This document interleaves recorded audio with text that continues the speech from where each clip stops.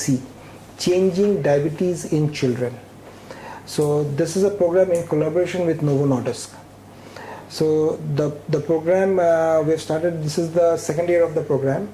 So we have adopted 4,000 children across the country in 19 centers. So these children are all below the poverty line children, and all are juvenile diabetics.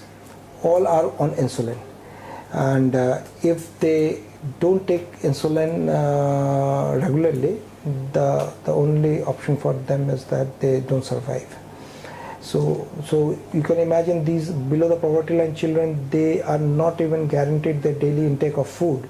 So the intake of insulin and testing is just beyond imagination.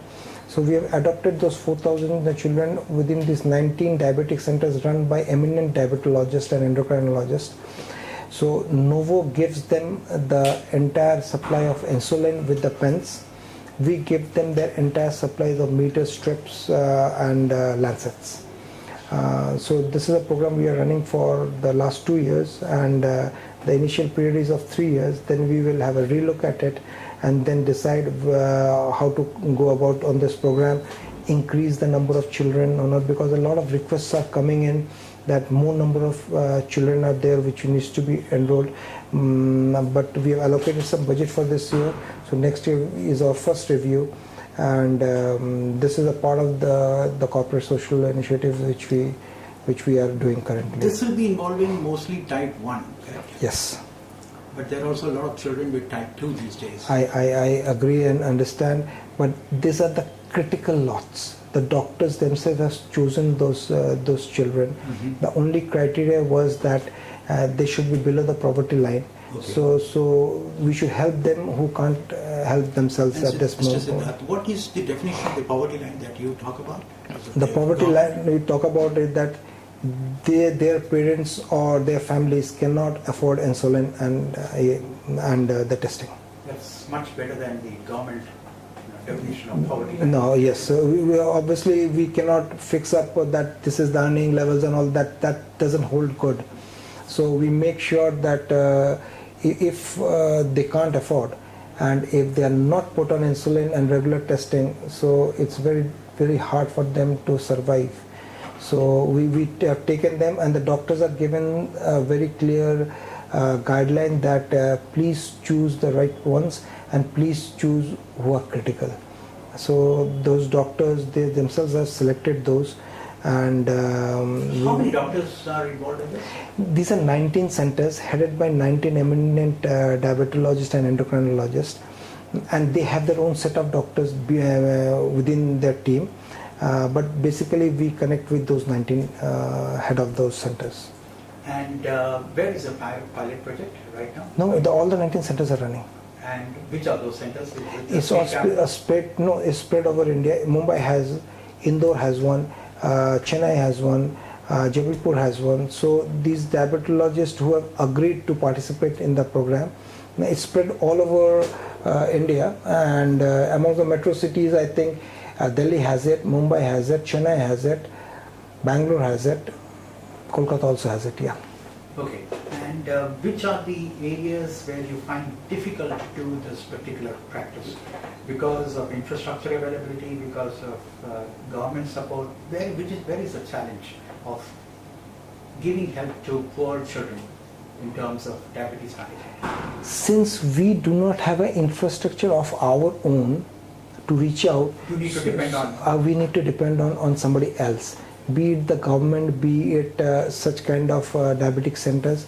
Right. So wherever there is no such infrastructure, and with the government, we need to have a complete understanding, and it's a high level discussion and agreement. But with the diabetic center, it's relatively easier. So you can go and talk to the diabetic center and quickly get into a conclusion how do you want to run it. So with the government, we did not have any such, but Novo and Roche together came up with this idea, and we could quickly roll it out within a couple of months. And when you say you build the diabetes center, actually you build the structure there? No, the diabetes center is already existing, run by these diabetologists. Okay. So we did not build any infrastructure. They agreed to participate with us for this cause. Okay. So the center was in existence, all 19 of them. Okay. So out of let's say a couple more we approached, these 19 centers agreed to participate with us. Okay. And how many probably a diagnostic material is used for this? So we go by what the doctors recommend for each child. That they need to test at least, let's say, twice or 4 times a day as per what the doctors feel, and as per the prescription, then we give them that amount of lancets and tests and the meter. So how many do you actually distribute this way? We distribute on an average, after a rough calculation, so 4,000 children means 4,000 meters. Okay. Obviously each individual has a meter. Then at least I think it is 2 to 4 times per day tests. Sure. Into 30 days and into the year. Sure. Okay. So those numbers of strips and equivalent number of lancets, because we don't advocate multiple use of lancets. And these children come to the diabetologist and get it done? Every month or every 2 months they come to the centers. Okay. And then they're given the next testing and the insulin for the next 1 month or 2 months as per the period agreed. And there is a record of their blood sugar? Yes, there is a record of the blood sugar, and all of that is, the logbook has to be brought in, and the meter also, there is a recording system in the meter, so it is checked by the doctor. And incidentally, the diabetes center chips in even people who can't afford their fares. The diabetic center actually gives the fares for coming also. Mr. Siddharth, when you do all these things, you actually get a lot of vital data on the prevalence of diabetes in rural areas. What has been your basic study, or what has been your reading into the situation today after this program of yours? Okay. The program, one of the conditions which the doctor has imposed it, that patient data they will not be able to give us. Okay. So they gave us aggregated data. So how the patients are faring. So what we do is we get those aggregated data and the reports and use them while discussing it with other doctors and all. But we are not privy to any patient data. No, not patient data. Yeah. But the kind of trends which are happening. So, For instance, I'll yeah. ask you, are the metros more susceptible to diabetes, or South India is better than North India, or East is better? There are so many kind of studies which can come about this. Right. So what we get from the CDS, it's basically about children. Okay. So we get data how they are responding to the treatment. So is there any improvement in their quality of lives? But there are these diabetes centers also do some screening programs, so they give us some kind of a prevalence which is increasing or not, whether it's a difference between gender or not, whether there's a difference between age groups or not. So all those are data which we get. Uh-huh. But generally those data are used not for commercial purposes, but for discussion purposes with other doctors, that this is how things are panning out. But commercially using it. Yeah. But then the point is that it can actually reveal a lot of things which we presume. Till Yes. now we presume that it's a metro city based. Rich people have diabetes, poor people don't. But now all that myths have grown up. He has gone up.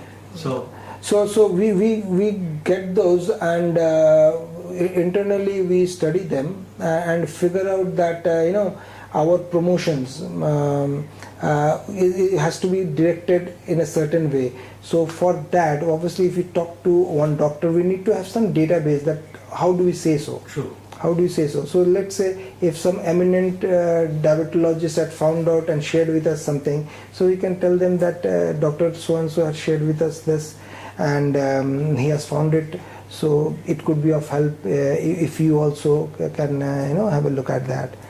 So basically what I feel is that you can give this information out or share this information, which will help the doctors treat their patient much better. Okay. And how many more centers will you add to this? Next year is our first review. So after the review, we will get together, means Novo, us, and those 19 centers. So first we are thinking of, instead of expanding the centers, can we add more numbers, because the requests are coming in that there are much more children than this 4,000. It's a very small number. So we need to review whether it makes sense to expand or at least add up some more numbers in the existing centers. So we'll have a look at that next year. You mean to say more number of children in the same center? Yes. I see. Fine. And last question is, has the government or the state or the panchayat, local panchayat, have ever been a part of it or been, elicited any interest in helping you out? Not till now. Not till now. Not Very till now. predictable. Thank you so much Yeah. for being with us. Thanks.